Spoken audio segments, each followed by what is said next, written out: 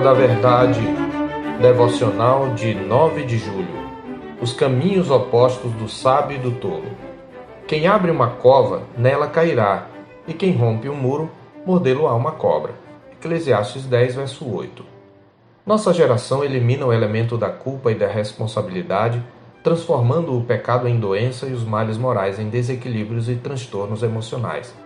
Mas na Escritura, a insensatez, a estultícia e a loucura são manifestações da natureza pecaminosa. O problema básico do tolo é a falta do genuíno temor de Deus. Em Eclesiastes 10, Salomão, que se auto-intitula o pregador, nos ensina a distinguir a conduta do sábio, que reflete o temor do Senhor, do comportamento do tolo, sendo útil para examinarmos nosso próprio procedimento. Por um lado, podemos dizer que a sabedoria e a estultícia são disposições do coração. É isto que diz o verso 2. O coração do sábio se inclina para o lado direito, mas o do estulto para o da esquerda. Por outro lado, aquilo que está no coração, seja sabedoria ou insensatez, mais cedo ou mais tarde sempre se manifesta no comportamento, de modo que, assim como a sabedoria do sábio, a insensatez do tolo uma hora fica a todos evidente. Por isso o pregador observa no verso 3. Quando o tolo vai pelo caminho, falta-lhe o entendimento, e assim a todos mostra que é estulto. A oposição entre sabedoria e estultícia manifesta-se flagrantemente nos atos. É o que os versos 8 a 11 nos dizem. O sábio e o tolo em ação seguirão sempre caminhos distintos e opostos, seja no que concerne às motivações, seja na natureza da ação, seja no resultado. Especialmente nesses versos, vemos esse contraste onde Salomão se detém mais nas atitudes do tolo. Assim está escrito: quem abre uma cova, nela cairá, e quem rompe o muro, mordê-lo-á uma cobra. Quem arranca pedras será maltratado por elas, e o que racha lenha expõe-se ao perigo. Versos 8 e 9. Nestes versos, a sabedoria divina não está nos ensinando nenhum tipo de fatalismo, mas expressando uma possibilidade, ou mais do que isso, uma alta probabilidade. Lembremos-nos que se trata de provérbios, estilo literário em que uma verdade é condensada para facilitar a memorização. O sentido então seria que quem abre uma cova pode cair nela, e etc. O ato de abrir uma cova, no verso 8, sugere a intenção maliciosa de provocar o tropeço de alguém. Abrir uma cova é tentar impedir que o outro prossiga em seu progresso, provocando sua queda. Já o ato de romper o muro, aqui mais provavelmente uma cerca viva que circundava um jardim ou uma vinha, objetiva destruir a proteção. São ações opostas, mas com o mesmo objetivo destrutivo. São duas motivações distintas, mas destrutivas do tolo. Uma visa a impedir o avanço do bem, a outra a destruir a proteção e facilitar a invasão do mal.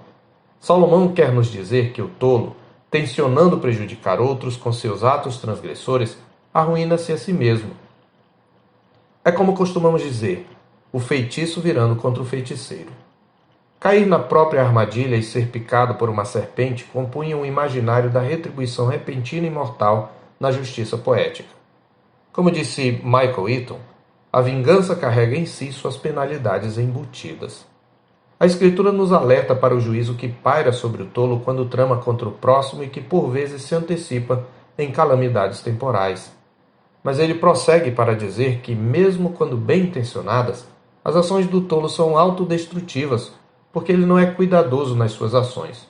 No verso 9, arrancar pedras e rachar lenhas era uma atividade comum, um trabalho que podia ser realizado por tolos e sábios.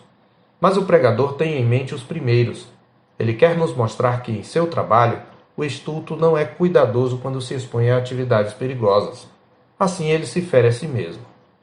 Como se isto não bastasse para descrever o tolo em ação, a Escritura denuncia que a pressa e a superficialidade em seu trabalho resulta em ineficiência e perda.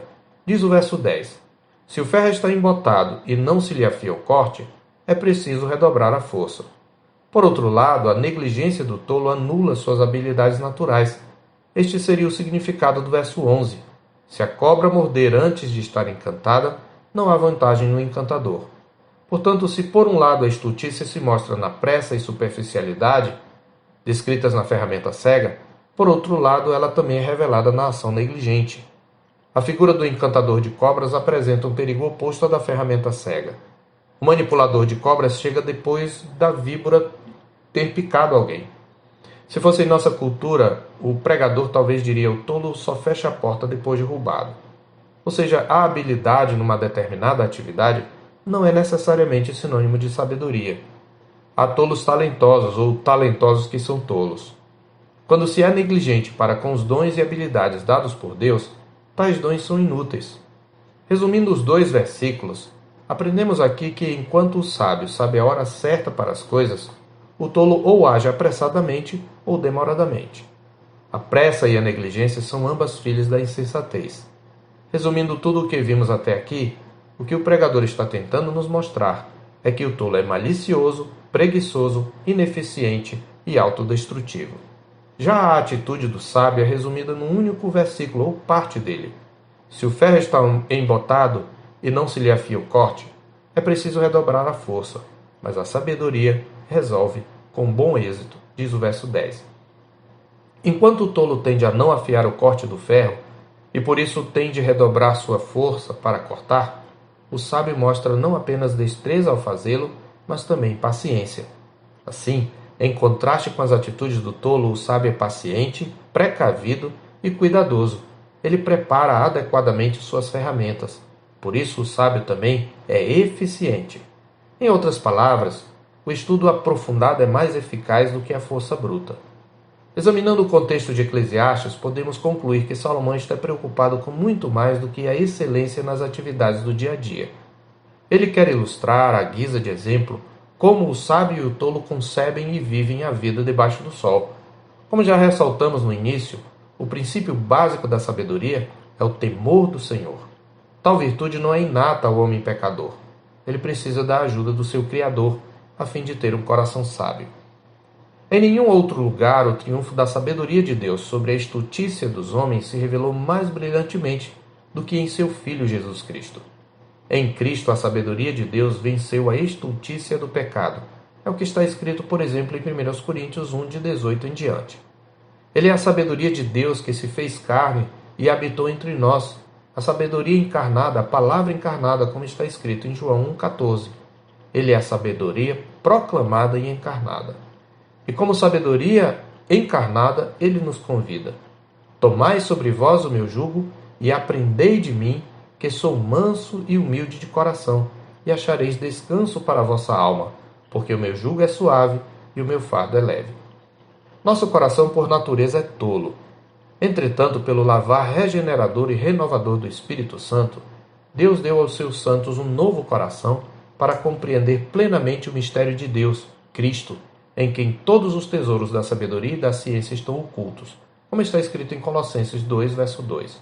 E tendo nele crido, Deus nos deu o seu Espírito para que, por meio dele, possamos mortificar a estultícia de nossa natureza pecaminosa.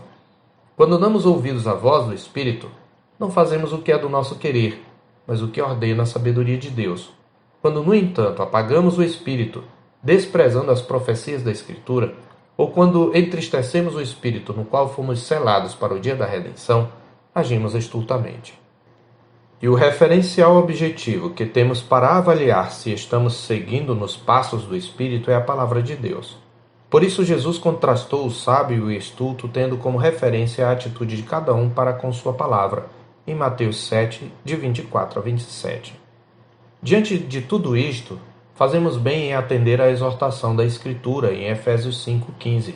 Portanto, vede prudentemente como andais, não como nécios, e sim como sábios, remindo o tempo, porque os dias são maus. Eu sou o pastor Marcos Augusto, pastor da Terceira Igreja Presbiteriana de Boa Vista, em Roraima. Tenha um bom dia na paz do Senhor Jesus.